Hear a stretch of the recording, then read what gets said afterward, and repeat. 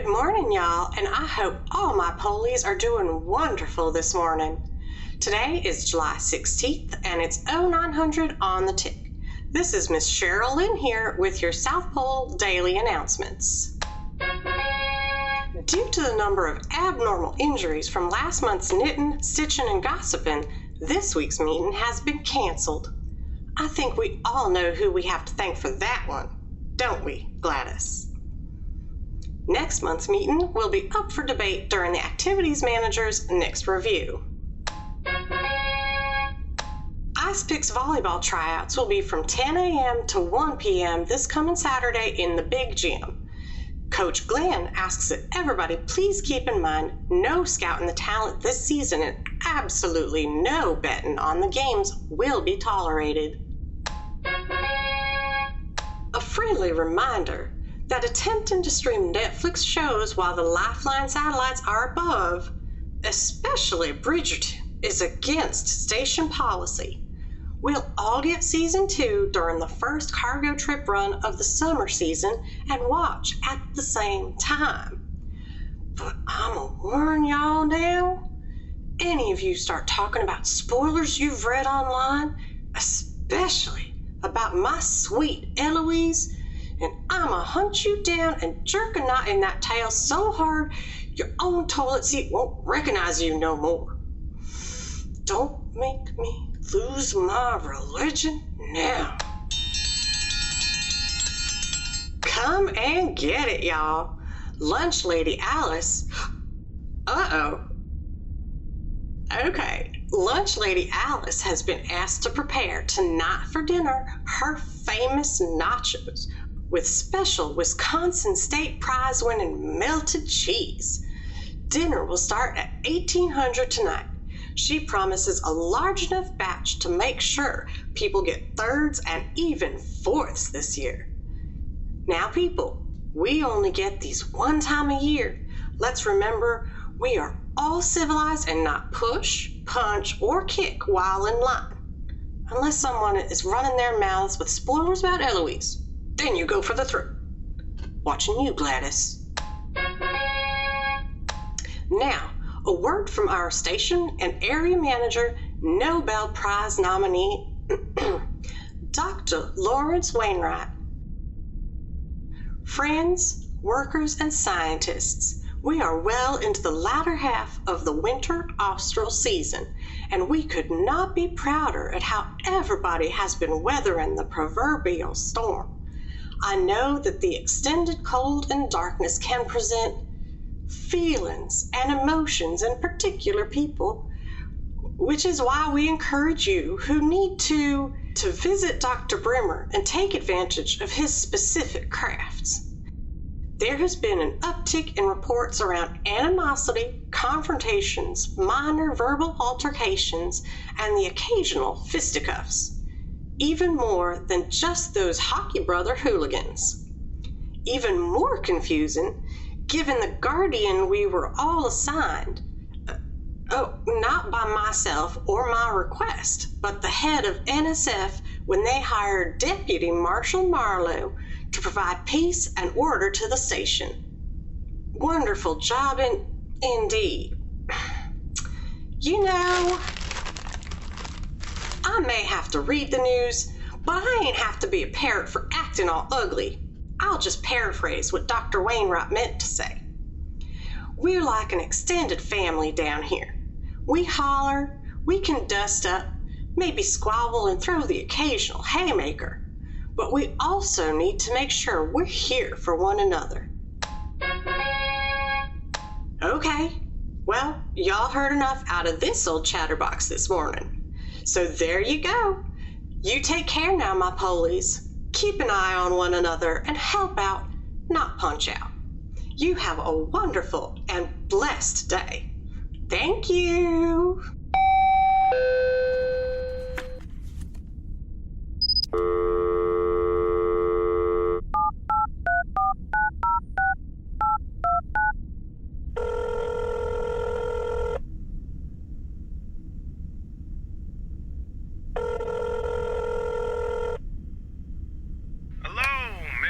Astro Station, Special Deputy Culligan speaking. Bill, it's Bass. Hey, boss. How are things down in the freezer? Boring. It's nothing like being back in the States when you're buried in new assignments and running down fugitives. I'm keeping myself busy with paperwork and this new investigation of the crash. Shoot, sorry to hear that. But hey, trust me, you get used to it. So, tell me, what warrants the call this morning? I'm putting together my summer requisition list to have ready to send up when the supply lines reopen. Also looking at provisions for each of the U.S. stations, seeing if there's anything listed that we may want to horse trade back and forth. Had our operations lead contact yours in Mudtown and Palmer. Looking through the list of winter items. Surprised you don't have your boy Reno doing this horse trading back and forth. That guy could trade ice to Inuits and get back some change. Oh, trust me, he's working other angles. See, you got a larger than normal shipment of canned fruit, including cantaloupe, pineapple, pears, and my favorite, watermelon. Whoa, that's a big no-can-do, Bass. You know that fruit down here is more precious than gold. I mean, yeah, we have it, but not sure if you'd have anything that we'd want to rival it. Okay. We'll put that on the back burner. Oh, looks like you get an abnormal amount of cold weather equipment just before winter started. Coats, hats, boots, pants.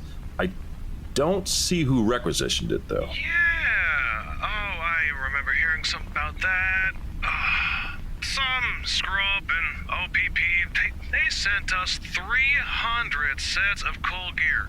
We just got the upgrades the year before. We were just gonna ship them back in the summer, but do you think you want them? Yeah, possibly. The stuff most people have down here is on the south side of Old. Might be just the thing to perk up spirits. I see a few other things on the list here. Deep cycle batteries. Ooh, a pizza oven. Ooh, that would be good for movie nights. A few other things as well. I tell you what, I'll have our Mr. Kelly coordinate with your operations person and have them iron out the trades. Does that sound good to you? Sounds good, boss. Hope your settling gets a little easier. Thanks, Bill. I appreciate it. Talk soon. That makes us here in Abbas and Scott, Palmer, and now McMurdo, all who receive large volumes of mysterious items that nobody can account for. I'm willing to bet if McMurdo's cold weather gear and Palmer's stove wood chips were to be searched, those same canisters of drugs would be discovered. All right, so what's your plan then? Well, can't really do anything till October when the supply routes start going. I was told both Palmer and McMurdo get supplied with cargo from icebreaker cargo ships as well as planes once summer restarts. I'm worried we may not have enough time. Palmer gets supplied by a ship called the Lawrence M. Gold. The first officer of the maritime crew and I go way back. I can ask her if she can give us a heads up on loading and unloading if you want. I may take you up on that. At the moment, the number of people who are aware we caught wind of this drug operation are only about a dozen, you and I included. I want to make sure I don't do anything to louse this up and bring somebody in who may be connected. How well do you know this XO? Yeah. Well, I slept with her for about 3 years while we were married. You were married? Hey, come on, Beth. We all make mistakes, right? She and I, well, we kept in touch. My pops loved her more than he ever loved me, that's for sure. She still calls him Dad. Her mom's, well, she thought Jesus brought me into her life, and she still blames her for the split-up. Tries to call me every Sunday still. That woman loved my cooking. What's up, Chief? You need me? Damn it. How you... Oh, no, Jesus. Please go help Keenan finish up with the inventory. Hey, and if you smell anything around him that smell like old socks and wood chips burning, you let me know. Gotta remember to keep him and Patrick separated. Yeah, honor thy chief and fear his boot up your ass. Yeah, I can help you out. No problem. Sorry, Lord. I hope you found that funny. Anyway. Damn, where was I? The part where you never mentioned to your best friend that you had been married. Man, you make this a thing, ain't you? It was... Damn, Lawman, it was like 3 lifetimes ago. I was young, man, dumb and full of... Well, you get it. Anyway, yeah, I got married. Because I thought that's what was supposed to happen. Not because I wanted it to happen. Oh, man, look, all mushy my stuff. I don't like this. Look, I'll tell you more about it some other time. Meanwhile, you want me to call her or what? Damn right we're getting back to that. For now, let's just make sure she'll take your call if things get hectic. Let her know that, new deputy marshal that got assigned is digging around and trying to learn the landscape. Zeke, I am not asking you to lie to your ex. Just foot in the door kind of stuff. Yeah, I feel you. Probably get one of those 2 shipments sent down here under false pretenses. We get whoever's attention is to handle the drug shipments, may even reveal themselves by trying to interject. If we tried to move both, no, that would tip them off that we're onto them. They'd panic, go to ground, and we'd lose any chance to... Deputy Marshal Marlowe speaking. Deputy, we need you down in medical. We've had an incident. Heading over now. I'll catch up with you later, okay, Zeke? I'll start making the calls on the low-low. See what I can find out for you. Married? You're married? Let it go. Recording stopped. And it's not my fault that Bobby Boucher over here can't react fast enough to a spike, that he isn't the athlete that I am. You see right there?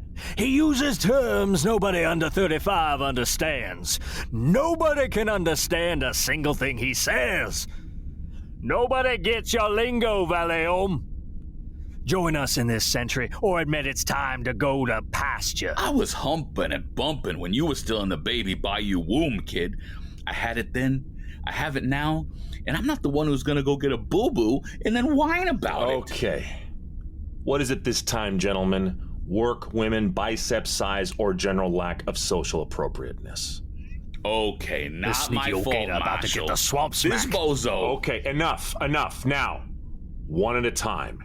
Mr. Thibodeau, what happened? It was morning. This morning. The local volleyball coach wanted men to try out for his Ice Picks team. Of course, Landry leads men into danger, into action. Why not lead them to victory on the court? So, I try out. A formality for sure. Uh-huh. So you were trying out. Oh, not just trying. Doing. Monsieur Glenn sees Landry's toned muscles, ripped abs, and absolutely perfectly styled hair. How could he not? The light above, hitting the sweat glistening off my shoulders. Yeah, here in reality we call that a flop sweat. Enough, Mr. Ferguson. You'll get your turn. Please continue. Anyway, the other players, they are scientists. A few of the, how do you say, DeWalt's also try to make the team. They are thinkers, not athletes. Older, their bodies soft and doughy like the, Biddlesbury doughboy over there. The day goes in the favor of Landry. As we play matches against one another that morning, I see mon amour, mon cœur, mon Catherine. She comes into the gym to watch, to see her man Landry win this competition of manhood. Catherine. Her first name is Catherine, and she isn't even into you. Her panties only get steamy for this guy. You really are dumber than you look. I'm smart enough not to stop a ball with my face. I guess you're used to balls in your face, eh, Gassan? I will end you, old wanna man. go? You wanna go? Gentlemen, You wanna go? All right, enough. Mr. Ferguson, go into Dr. Ambrose's office and wait for me. Now, make any comment on your way and I will lock you up for disorderly. You see? You see what I deal with? Landry is a patient man, Mr. Marlowe. But with that baboon, he is gonna get hurt. Just continue with what happened, please. So, with Mon Catherine there to support, I know I can't lose. I would kill for her. I would die for her. Either way, what bliss. One by one, I demonstrate how I am the best man to lead the Ice Picks volleyball team into the fire. We typically don't have fire in volleyball, Mr. Thibodeau. How about you tell me what led you and Mr. Ferguson to fight? Oh. There was just one more opponent, one more challenger for me to beat, to prove there was no one better, nobody more manly, more Landry than Landry to be team leader, El Capitan. And that opponent was Mr. Ferguson, yes? The baboon, we. We each choose a partner, and then the match. It begins. Best of 3 points. I score the first. His tired and feeble body not able to keep up with all this. The next point, he tipped the ball while the coach was not looking. Was 4 touches and he scores. Of course with cheating. The next point would say who is leader. Old moldy bread man or Landry Thibodeau. We serve, they return. We block the first spike, they return. We are much younger. The sweat that pours from the heads and bodies, it was a lot. They were tired. There is another serve. Again, they try to spike, but they can't get past Landry's reflexes. I am like a jaguar, a true jungle cat. I look over to Mon Catherine. She smiles and blows me a kiss. Time slows. Our eyes lock, and her love makes me feel warm down inside my... Okay, I get it. Just tell me what happened next. That is when the baboon spiked the ball at my face. Winning the game. Cheating. Making me look like a fool in front of my lady friend. It sounds to me like you were distracted by Dr. Timms. You got hit in the face with the volleyball that Mr. Ferguson spiked. Fairly. Well, if you want to be simple in explaining, okay, sure. But that man, that talking ape, cheated. Okay. I'm gonna go talk with him now. You stay here, you cool down, and let Doc Ambrose tend to that cut. Landry don't need no help. Landry don't need no doctor. Landry's mom said Landry is special. Mr. Ferguson, after speaking with the Jaguar in there, and recalling our discussion on the side of Mount Markham after the crash and your confession about lying to a federal agent in the past, I recommend you keep it short, sweet, and honest. How about you tell me what happened from your perspective? Shh. Dude thinks he's this hot half-French lover who's like the first dude to ever do anything noteworthy on this station. Shit. I see young punks like this all the time. Has no respect for those that come before them or the shit that we've been through. It's all about them. Okay, I meant during the ice pick tryouts, Mr. Ferguson. Well, that's part of the large issue he has there, boss. But yeah, okay. Here's how it went. So I'm there, representing the fire crew. Fire crew! You got all these beakers who can't serve for shit. Fuck, half the time they can't even get the ball to the net. Again, you got your Dexters. Don't even get me started there. Pencil pushing weenies. So that leaves the fire crew. Fire crew! And Select the Waltz. So just like last year and the year before that, I bring it. I'm in it to win it, baby. Then here comes Swampy Steve. Dude, what was the name? You know, boss, you know that WWF wrestling dude from the 90s, you know, hey Chico, hey yo, that guy. He reminds me of that dude, but more like a weasel. I didn't really follow wrestling, no. Anywho, so I'm killing it, as always. Showing up these chumps with the big pythons here. I advanced to the final knockout elimination to see who's gonna be the team captain. Leader of the pack. Me, a fucking Pepe Le Pew over there. Mano y mano. We face each other down. And here comes Kathy. I mean Dr. Timms into the gym. She's watching the tryouts, no doubt getting more fertile just watching how I move and groove. Okay, let's focus here, Mr. Ferguson, all right? Right. Okay, well, she blows this kiss. And I can see that that's all I need. I fucking like a god launch up out of the air, like Aquaman out of the fucking ocean. and I fly into the air, and I smack the shit out of that ball. I mean, I hit Wilson so hard into Dirty Landry's face. Booyah! Point scored. I'm top dog, and he's, that little golden doodle thing from Frenchie Land, bitchin' fries, You know, they don't like freedom over there. Okay, come with me. You got it, boss. Gentlemen, I've taken both of your statements. It's my professional opinion as a U.S. Deputy Marshal that you are both Class A morons. This entire thing is all about which one of you is more masculine than the other. And fellas, this is that toxic masculinity thing they talk about that makes the rest of us look bad. So, I'm going to put this to bed right now. Mr. Ferguson, you are no longer fire chief on the station. That is Mr. Thibodeau. You left that position to head back to the world.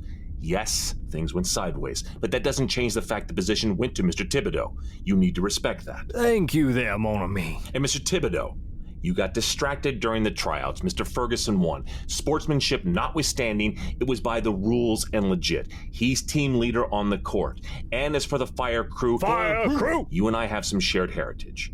I remember my grandma would say, if you don't respect the rule, you're gonna get burned. Suppose. Now, as far as Dr. Timms is concerned, I can't speak for her, what her feelings are. I suggest that one, if not both of you, chat with her to get this cleared up. That said, gentlemen, whatever this cockfighting game you boys have going on between you, stops now, here. Are we clear? I hear you. Savvy? Yep. Fantastic. Doctor, I leave these two gentlemen in your capable hands.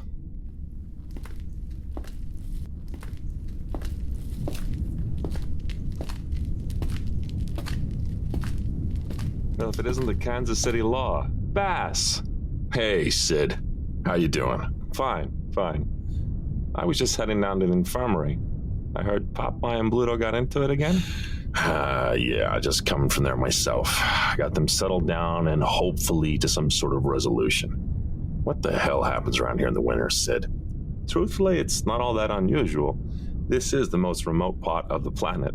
It's easier to get people to and from the International Space Station this half of the year than it is to Abbas and Scott. Oh, they have their events, their classes, their dances, and distractions. But people are funny.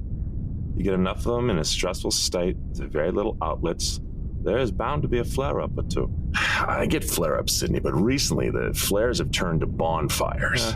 I get the impression you've seen a thing or two in your day, Bass. The hostility and brutality that man can visit upon man. You would be right there, yeah. Now, consider down here. Some pushing, some shoving. Somebody takes a sports ball to the face, verbal arguments. Not counting our two favorite hockey twins, there has only been one punch thrown this season. I'd call that a win. How can you excuse it? We had a knitting circle knockout. There was a science monitoring pushing fest. We had people grappling in the galley. And last week, damn near had a brawl during the beer tasting. Bratwurst Brawl 2022. I'm not excusing it, Bass. I understand it. That's part of the reason I'm here. Why there have been other doctors before me during the winter months. To act as that pressure valve for people's emotions. Why do you think we're having nachos tonight? How exactly are nachos going to calm everybody down? That's right, I keep on forgetting. Tell me, was there ever food you had as a kid or an adult where even just the thought of it made you happy? A real comfort food? Yeah, actually. Yeah. My mom's Christmas mashed potatoes and mushroom gravy. I remember the warmest feeling sitting at the table and eating. And yeah, no matter what the problems were, they all just went away for an hour or so while I sat there and ate those potatoes. Exactly. Don't ask me how lunch lady Alice does it or what it is she does to the meat and cheese, but you'd be hard-pressed to find anybody on this station who doesn't dream about those nachos. I promise you, Deputy, tonight will be one of the calmest nights the station has since the season started. It will help morale and give us some time to get people to deal better with their anxiety and their animosity, too. This was your idea, the nachos? Well, not just mine. It was Thomas that came up with the idea. He's a smart kid. So, about the two in the sick bay. You think I still need to see the volleyball boys, or is it settled? They've quieted down for now. Will it last? We'll see about that. Listen, I gotta get ready for an interview, Sid, but we still on for tomorrow? My shingle is always out. Stop on in and we'll keep on chatting where we last left off. And hey, do me a favor. What's that? Stop calming down these angry situations. You'll put me out of a job. Right. It's funny.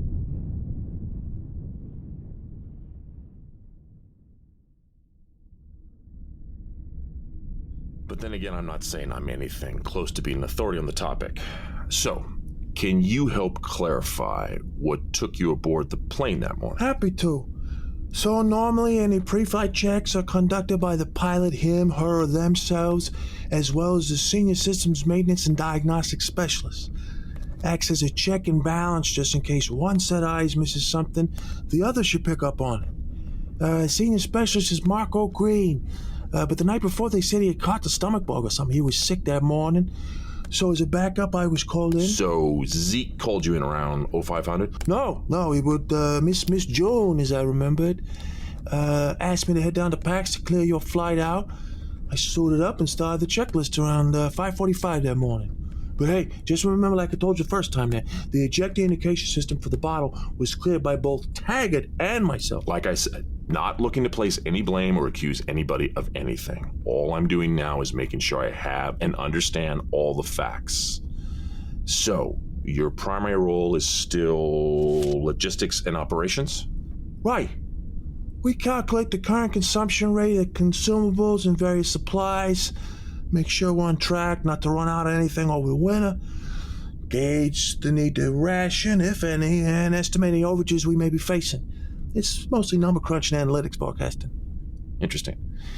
So based on the first interview, after completing the pre-flight check, you signed off on Taggart's check, him on yours. Nothing stood out? Nothing new you recall since the first interview? No, nothing comes to mind at the moment. Then you went down to Logistics Arch to update winter stores for an hour or so. Correct? You and Renee Kellogg? Yeah. You two, together the whole time? Yeah. I mean, bathroom break notwithstanding, yeah. I think I stepped out for maybe 10 minutes. Down the arches, they still have the one bathroom in the power arch? Yeah, that's right. We always petition the plumbers to whip up another, so at least we have two down here, but guess what? They never went for it. Guess that means you really need to take time out when you need to go. Avoid any accidents, huh? It doesn't take that long to get used to it. It just keeps you better at managing your trips to the commode. Not like it is up here in Hill Station, where you have bathrooms in every pod. Later on in the day? Let's see. Came up here to help with diagnostics on a meteorology system in the science lab. Had lunch around 1 p.m. I believe the news of your plane's disappearance first came out around 1:30, I want to say. I was walking between the station and Ice Cube lab to help out with the calibration of some of the new DOMs we received. First heard about the disappearance at 2 p.m. when somebody radioed the news over to us. Yeah, you can imagine the dinner was kind of somber that evening, Deputy. There was something scheduled in Lodge Gym, but it got canceled, I think. A lot of us just hung outside the Ops Center hoping for news. Okay. How about anybody acting off or out of sorts that evening and the next day? I'd say that would be everybody, Deputy Marshal. Everybody was upset about you and Traeger and Fred and Dr. Timms. Hell, even Josh. I don't think anybody was themselves over those next few days. But no one thing stands out. Not that I can think of, no. Okay, I think I'm good for now, Mr. Wolford. I'll keep chatting with people. We'll come back if anything new pops up. I want to thank you for coming in. Not a problem at all. Thank you, Deputy.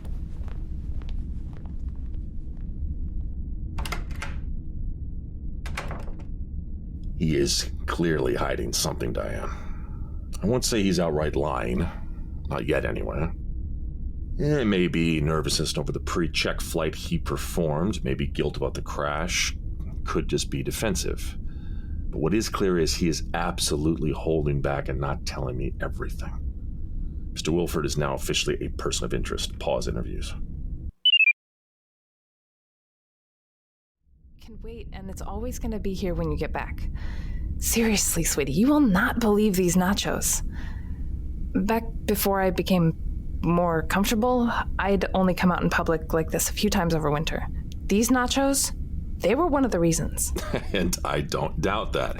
I just like making sure you know me. All my ducks got to be in a row before I end the day or for chow time. I know, and if necessary, I could bring you in some from the galley, but I think after that first bite, you'll come around. Look, I'm around 15 minutes away from a stopping point, okay? That's only, that's only 5 minutes after they start serving. I'm fairly sure I'll get there in time. Okay, Mr. Workaholic. I'm gonna head down and get in line, so I'm gonna have your plate ready by the time you get there. Do not work too long, please. Seriously, 15 minutes. I'll be done very soon. Thank you. I'll see you down there.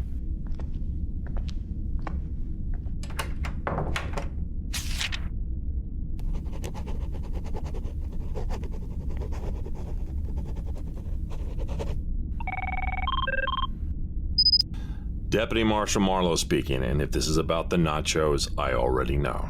Deputy Nacho? Oh, no, I don't like that at all. I think I'll stick with Marshmallow. Hello, Deputy Marshmallow. So, did you do it? You killed Chuck? That was you, wasn't it? Oh, right out of the gate. You honestly think that I cared enough to... No lies, no stories. Just tell me that it was you so that when I see you next and put a bullet into the void where your heart should be, I will know it was justice served, not just vengeance. Not to deflate your plans, Marshmallow, but no, I didn't kill your precious Charlie Daddy. Watch your tongue, you murdering whore! You lost the right to ever speak his name, so why'd you do it? Because he knew about Atlas, because of my placement down here? Every day, Jocelyn, every day I get one step closer to what Atlas is, and trust me, when I find out... Oi, wanker.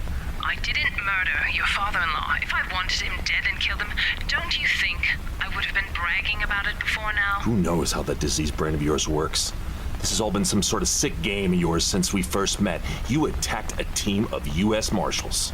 And I brag about that all the time.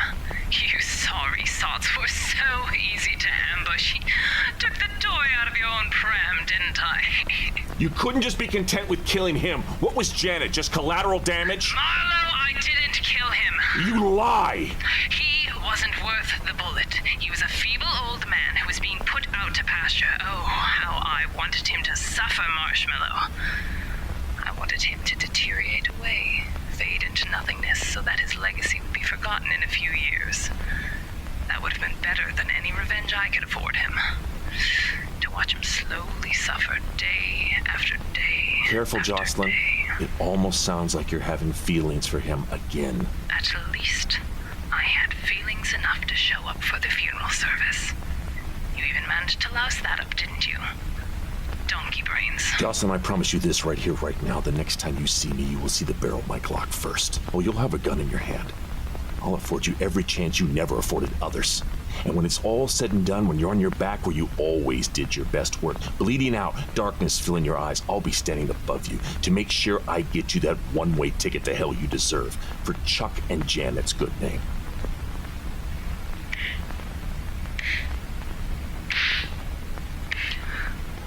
Very scary. Bravo, Marshmallow. Seriously, you made my sphincter pucker up with fear. I'm all a quiver.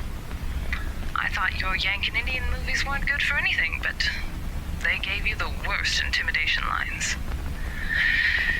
You have some big things heading your way. Atlas, that's only the tip of the iceberg. You put yourself on the game board, you twat. Now, in for a penny and all that. Best thing for me, I'll get to watch it all happen. One round, one shot, 5.5 pounds of pressure on the trigger. The last thing you'll hear is the echo of blood and your heartbeat stopping in your ears. Satellite connection lost. Satellite connection.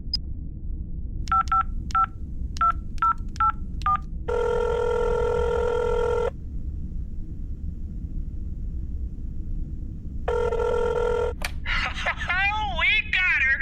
Trace went through. You kept her on long enough. Where is she? Uh-oh. What do you mean, uh-oh? Wellington, New Zealand. She's calling from an antique store called Memory Lane. It's on Tinnacorry Road in downtown. Memory Lane. That's her. One of the things she used to taunt me with when we'd spar. She'd love to take me down memory lane. But I still don't get the uh-oh part. What's that? Deputy Marshal. It's 1 block down from the same Chinese embassy. Where Mr. Nichols was sending the encrypted data breaches?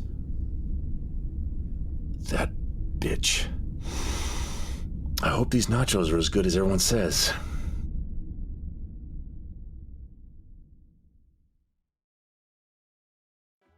You ever have a recurring dream where, like, Harriet Tubman breaks into your home and eats all your mayonnaise? I used to think she was mean. Now I think she really just despises a dry sandwich. Okay. I don't know where to begin or how to respond to that. These nachos are better than what everybody says. I'm hoping the seconds are even better than the first. I can't believe I've never had these. Well, how could you? She only makes them 1 time a year for all the snow, the winter people. It's a special treat. Oh my God. Second time around is even better. Like last night, huh?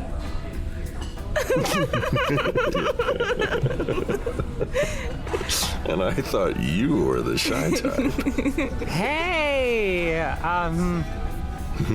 guys, how's everybody? Doing great. Mr. Kelly, like more than great. Pretty darn great. Greatest great. You guys really have good nachos. Right? Yeah. Lunch lady, Alice. Lunch lady Alice has been making these for like years. Everybody loves them. Even old grumpy Larry, and he hates everything. Weird. Oh. Call me a fickle pickle, but this batch just isn't doing. Oh. Is that napkin dispenser always been that shiny? It's shiny, all right. I have got to get this recipe. Good luck with that. She's from my home state, and we don't give out our recipes all. What's the saying? Nilly. No, that's nilly chili. Nilly furtado. No, man, frittatas would go so well with nilly chilies. Oh, Chili Willy, right? The penguin. This cute little hat. It was a great cartoon on Woody Woodpecker. Pecker. What? Pecker. No, sweetheart. I'm talking about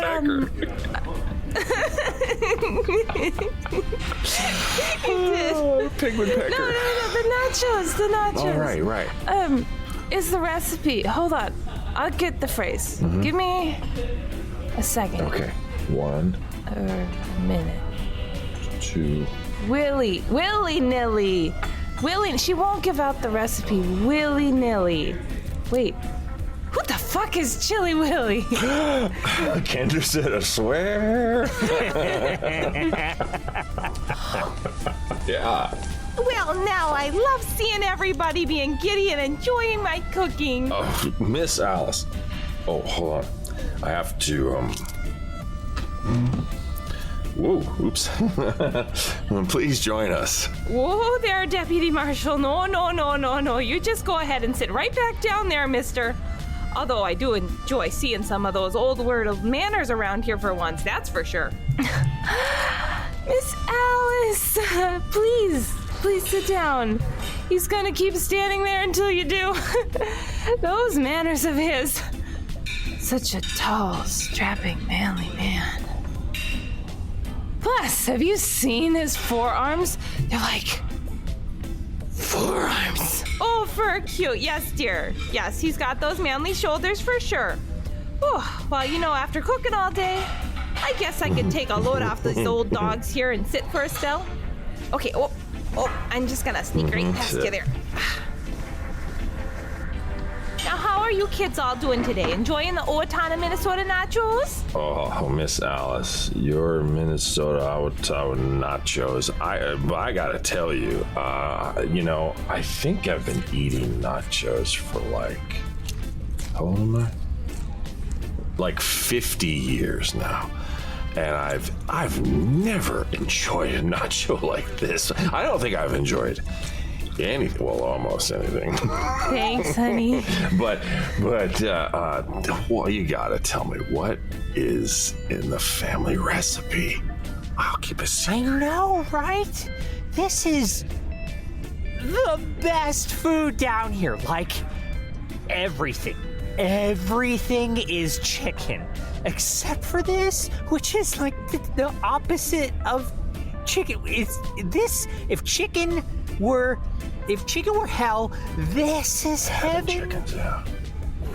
Right. The fusion of the meat and the cheese and the chips is cosmic. And the beans. These are awesome beans,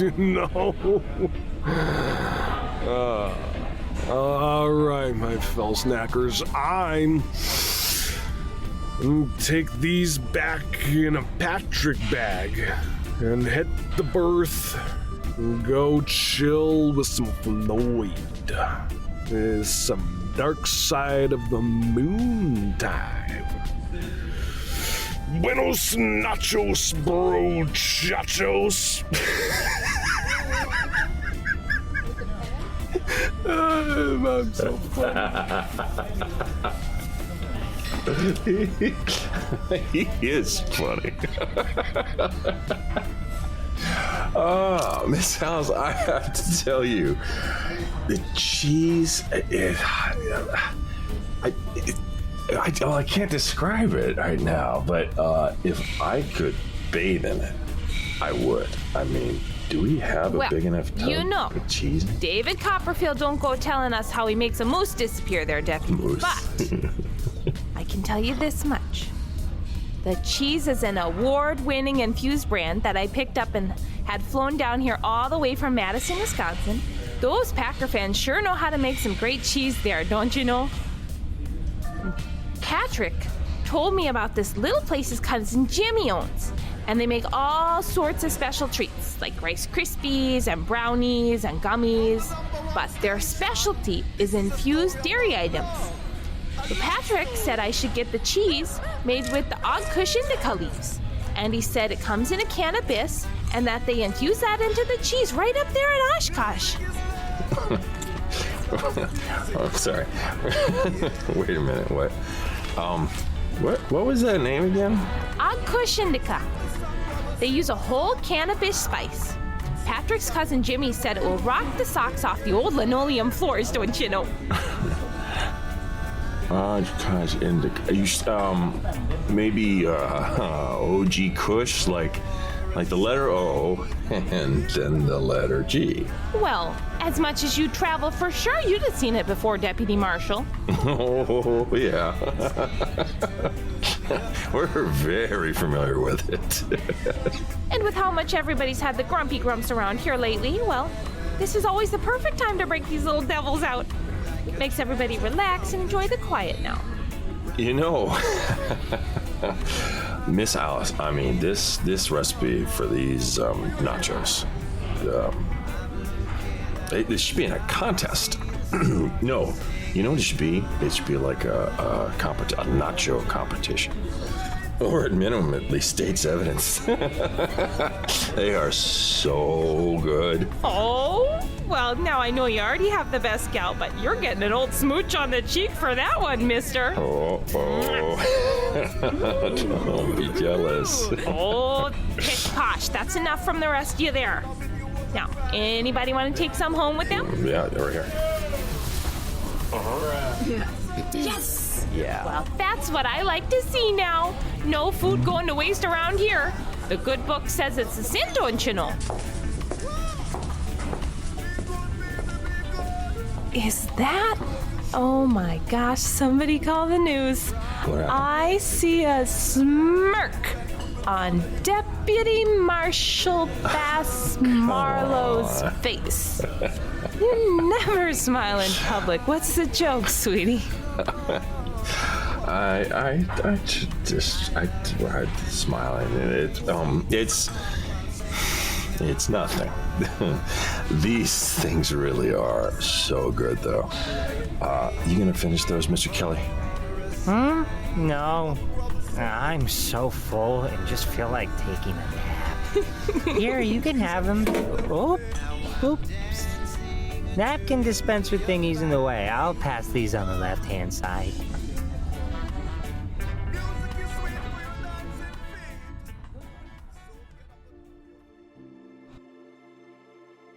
This is Brian Bradley. Thank you for listening to our show. We are commercial-free and able to do so thanks to our amazing sponsors. You can help support 90 Degrees by visiting our Patreon page. Go to 90degreespodcast.com. That's the number 90 and Degrees Podcast, all one word, .com. You'll find a direct link to our Patreon page where you can make a monthly pledge and get shirts, buttons, stickers, or even a shout out as an honorary station Polly. Speaking of, we'd like to send a special shout out to the following Pollies: Nick Wolf, Ernest A. Polron, and Padma Numi. Thank you for your sponsorship. It helps and supports us in so many ways. This has been 90 Degrees South. On behalf of the cast and crew, I'd like to thank you for listening. If you liked the episode and are enjoying the series, please remember to give us a like, a share, a tweet, send a raven, or review on iTunes, Audioboom, or your favorite podcast site. It helps us to get the word out and keeps the cold at bay. Until next time. This has been a BMB production.